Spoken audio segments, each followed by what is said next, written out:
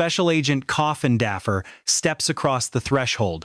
28 years within the FBI gave her a sharp edge. That experience provided Jennifer Coffindaffer insights no news team or police radio could ever hope to capture. Far beyond what Brian Entin or reporters saw in that Tucson night, she already visualized the evidence inside. As she processed the digital files, forensic labs, and ransom notes, she began charting the suspect's behavioral path. The digital footprints she uncovered tell a story so unsettling that no simple crime scene photo can compare. Images lack the depth of her analysis. The real truth hides in those overlooked blind spots we are examining. We focus on hard data and corroborated reports. This level of forensic detail shifts your entire perspective. Now, we analyze the evidence alongside the investigator who identified the core facts before the media. We track Jennifer Coffindaffer, the woman with the answers. It's a specific expertise built on decades of work. This comes from 30 years tracking the most violent offenders. Jennifer Coffindaffer is no mere cable news analyst. Forget the podcasters and their ring lights. This is a former FBI special agent who lived the job. She served nearly 3 decades in the world's elite law enforcement agency. She constructed tight federal-level cases. She stared down suspects. She scanned complex case files with the ease of a morning paper, spotting every anomaly. She saw details that amateurs missed. When Nancy Guthrie vanished on the morning of February 1st, 2026, local authorities were hesitant and sluggish. Coffindaffer later argued the entire operation was flawed from the start. The initial scene was botched, but Coffindaffer saw through it. By the second day, she gave Newsweek a warning. It was a truth the public couldn't grasp. She noted the suspect at the door kept their head down. They moved directly toward the lens. They knew the layout. That single observation told her the whole story. Years of FBI service taught her to distinguish between random attacks and targeted personal crimes instantly. You spot it in the first 3 seconds of video. What she observed on Nancy Guthrie's doorbell camera. The way the head tilted down, the efficient route to the lens, the clinical precision of the movement. The lack of hesitation was key. This wasn't some random predator. It was a person who knew this home. This individual had been there before. To grasp her conclusion, we have to look at the interior environment. Consider the layout. Nancy Guthrie's property in Tucson's Catalina foothills was the quiet residence of an 84-year-old. She had lived by herself since her husband's death. A walker was her only way to navigate the rooms. Every step was a struggle. Her pacemaker monitor sat right by her pillow, tracking her heart's every beat. The device pinged her doctor nightly at 2:28 a.m., a digital pulse in the silence of her bedroom. The property featured a Google Nest doorbell, a locked driveway gate, and several potential entry points around the perimeter. Back doors led out to a secluded area. It appeared to be a standard, secure suburban residence from the street, a peaceful private home for a retiree. However, Coffindaffer spotted a red flag that most news viewers completely overlooked. Reporters missed it. The back doors weren't just unlocked, they were physically propped open, waiting for someone to enter. Zero signs of forced entry. Someone intentionally staged those doors before the kidnapping, long before that masked figure appeared. The intruder showed up at 1:47 a.m. and tore the camera down, but the trap was already set. Prior to Nancy being dragged from her room, an insider had already accessed the home and cleared the path. They left an exit ready. Coffindaffer analyzed this with the cold, calculated logic of a veteran federal crime investigator. She's worked too many violent scenes to miss this. Think about it. An outside stalker doesn't get this access. Someone scouting from the street cannot bypass security to reach the rear of a locked home like this beforehand. Random burglars don't prop doors. This requires an invite. It suggests someone Nancy knew and trusted within her home. This person knew the floor plan. They had walked these halls. They knew exactly how the rear locks functioned. Only an insider manages that. They leave a specific point of entry vulnerable for a later, more violent return. They prep the site. Consider the timeline. Coffindaffer ignores rumors. She looks at hard, chronological data to find facts. She focuses on sequences. The specific hours leading up to Nancy's disappearance reveal a truth that is deeply unsettling. At 9:50 p.m. on January 31st, 2026, Nancy returns from dinner. A car drops her off. She walks through her front door. The driver knows this location. They have visited this specific house many times. They knew it well. Someone familiar with these halls. They have passed that front door and know every camera and every lock. Nancy's exact sleep schedule. At 1:47 a.m. on February 1st, 2026, a masked, gloved figure arrives on Nancy's porch. He approaches the doorbell camera immediately. No pausing. He keeps his head low and rips it. Off the brick. Almost 4 hours pass between these two events. Investigator Coffindaffer focused on that specific gap. Relentlessly. This wasn't a blind accusation. It was the result of 28 years of FBI training and field experience.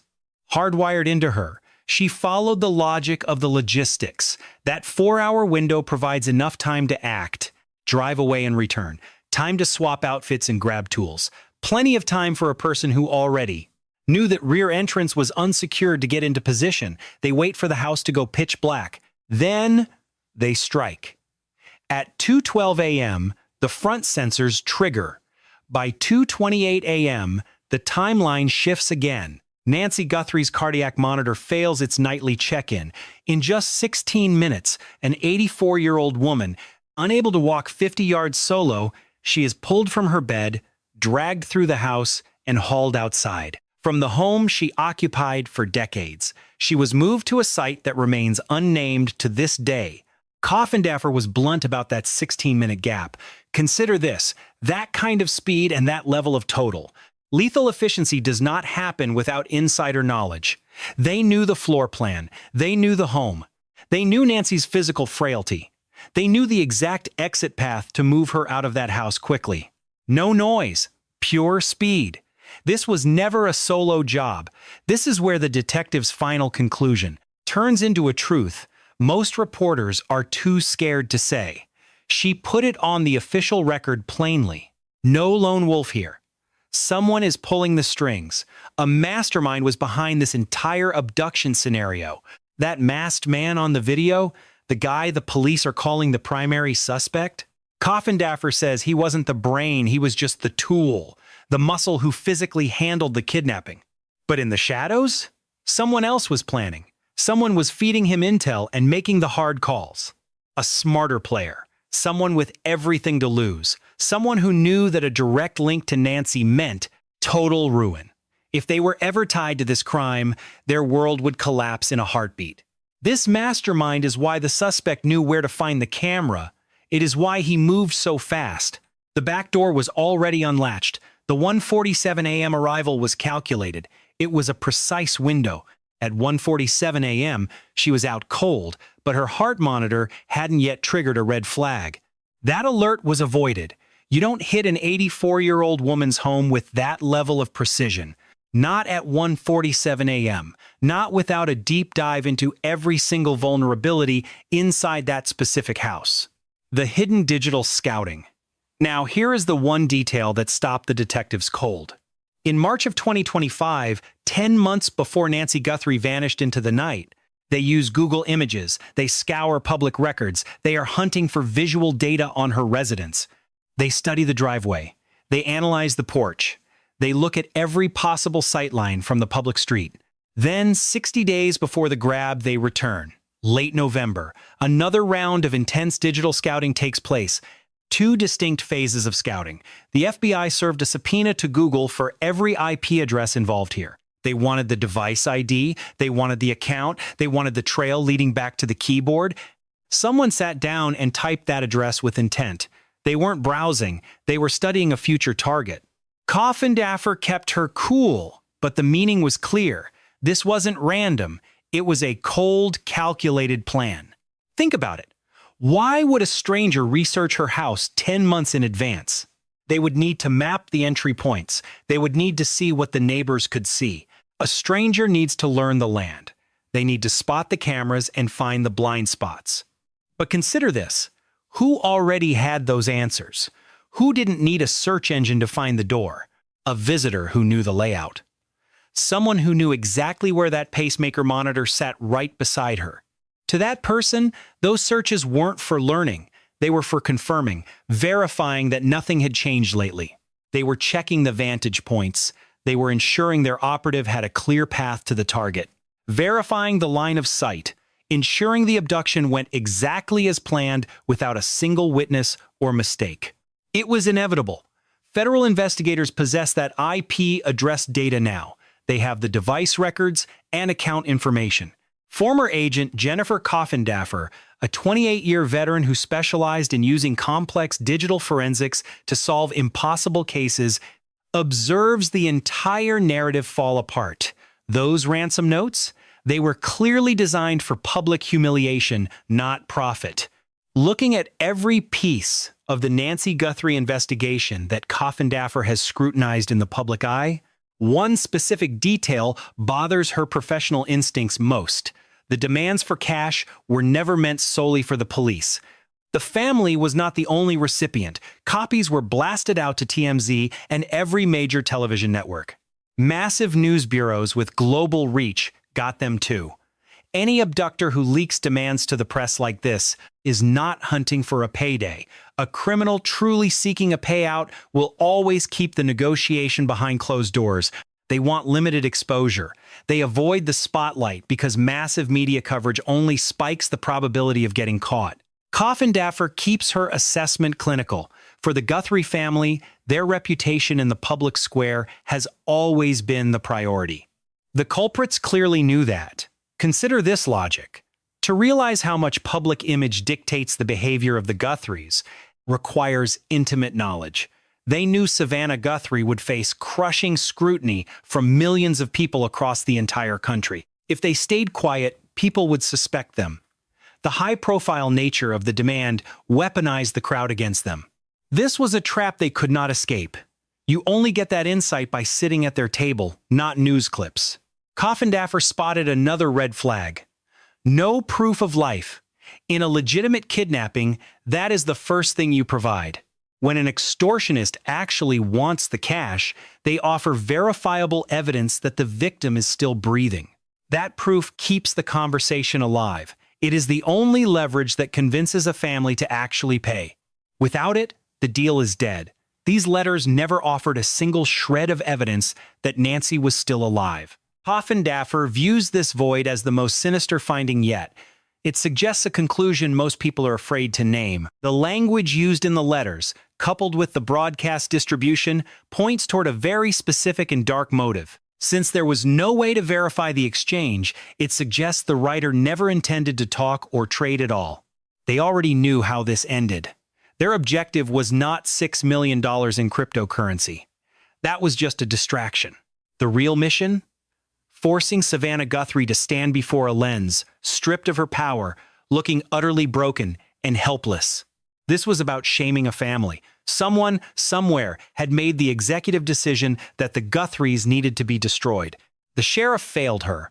Coffindaffer is pulling no punches when it comes to the failures of Pima County Sheriff Chris Nanos. She did not hesitate to speak out. Barely 48 hours into the missing person case, she was already detailing errors. She identified massive systemic breakdowns. These institutional mistakes were actively sabotaging the chances of finding the victim in real time. Law enforcement failed to seal the house. During those critical first hours, the entire property was wide open and unprotected. Reporter Brian Enton and his camera crew literally walked right up to the front door. They knocked. No one stopped them. It looked like a typical news assignment. The blood on the doorstep, later confirmed as Nancy's, was sitting there totally exposed.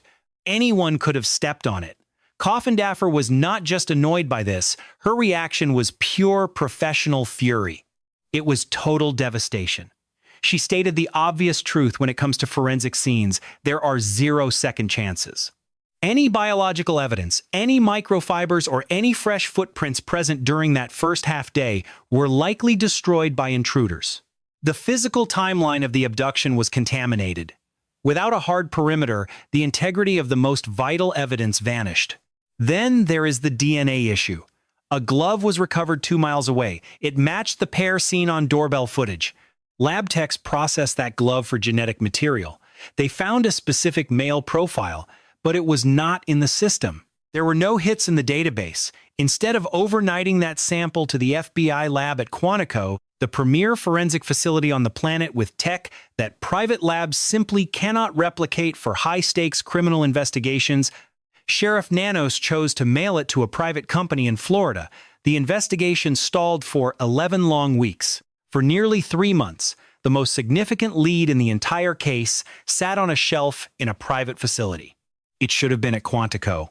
Coffindaffer did not mince words. She identified the decision for exactly what it was: a catastrophic failure of leadership. That bad call wasted precious weeks that the victim simply did not have to lose. We are talking about an 84-year-old woman without her daily meds. She was gone for nearly 80 days. All while the key to catching her kidnapper gathered dust in the wrong building. The evidence finally reached the feds, but only after massive public outcry, a congressional inquiry, and Nanos answering questions under oath.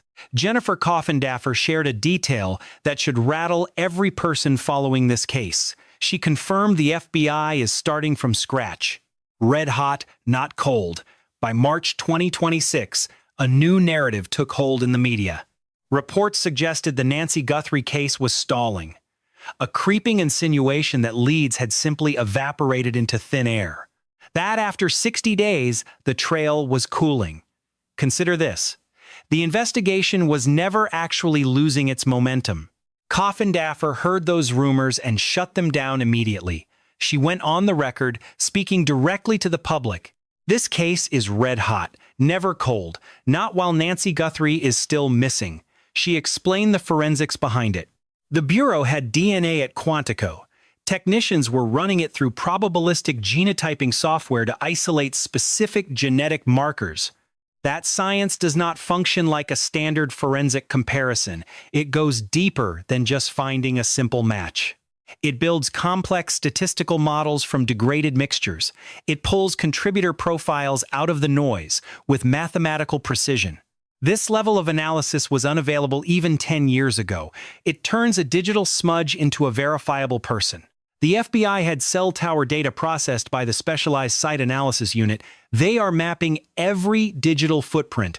This team reconstructs the movement of every mobile device active in that specific area during a very narrow window. Every phone near the Catalina foothills on January 31st is logged. Every device active on February 1st is there. Every single ping, every movement. A millisecond by millisecond record of exactly where those devices traveled and when they moved. They had the Google subpoenas. They had IP logs from image searches in March and November of 2025. The specific device, the account, the individual at the keyboard, researching Guthrie's home address months before the actual abduction. Then there is the Bitcoin wallet, a specific digital address that received a deposit on February 10th. It arrived with a clear message: "We are ready to talk." Blockchain forensics do not lose that digital scent. Every transaction is etched into the ledger forever. Every wallet that interacted with that specific address is now visible. Every exchange that moved those funds is part of the record. The trail does not just vanish into thin air.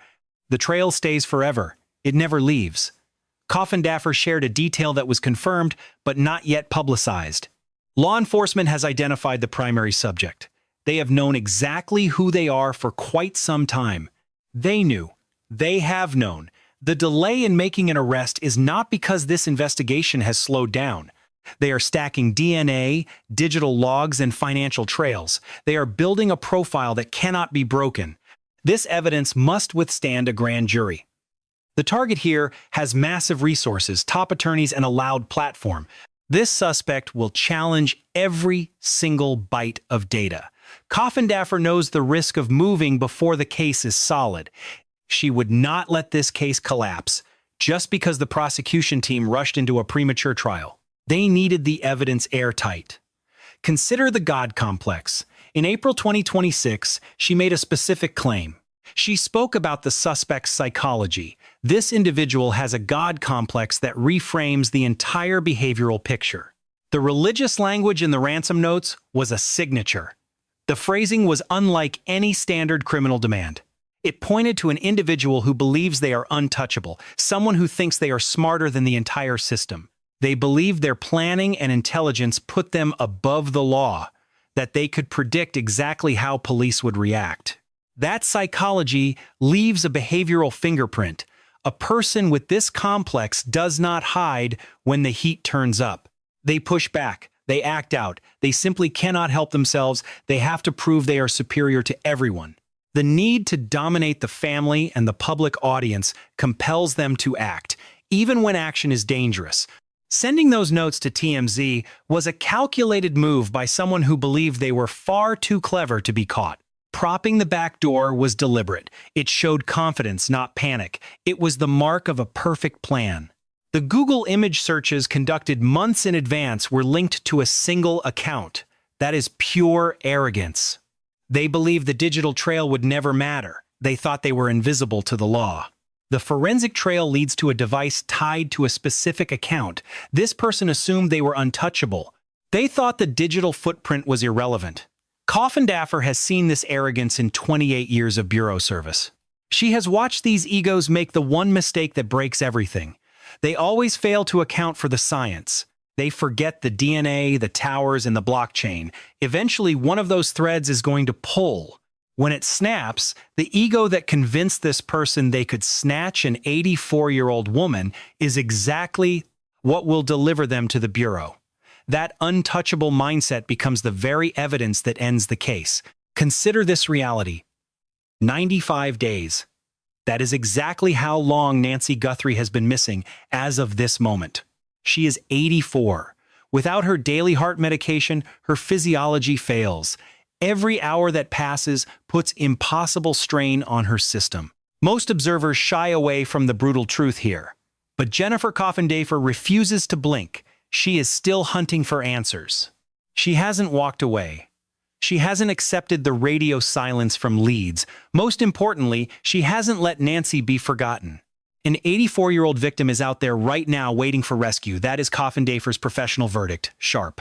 It is a cold, professional assessment from a career investigator. Step 1 was always recovery. Finding Nancy alive remained the objective. Step 2, neutralizing a kidnapper and likely a killer. This isn't just a guess. It is a tactical forensic necessity. This is the calculated analysis of a retired FBI special agent. She has scrutinized every available scrap of public evidence. Her conclusion is firm. This investigation is far from over.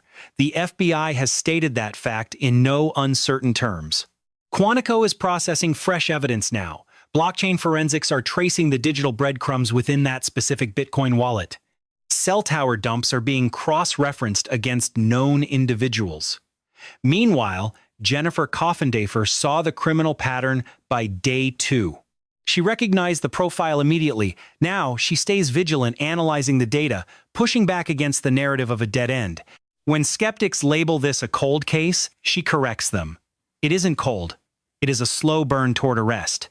Whether they are hiding in Tucson or have fled the state, the person who snatched Nancy from her bed exists. Since February 1st, that perpetrator has lived in fear. They know one single forensic thread, if pulled, will collapse their entire story. Coffindaffer has witnessed that collapse before. She has 28 years of experience watching killers break, and she isn't finished yet. We aren't finished either. When the handcuffs finally click, we will be here. Subscribe to follow the forensic trail. Nancy Guthrie deserves the truth.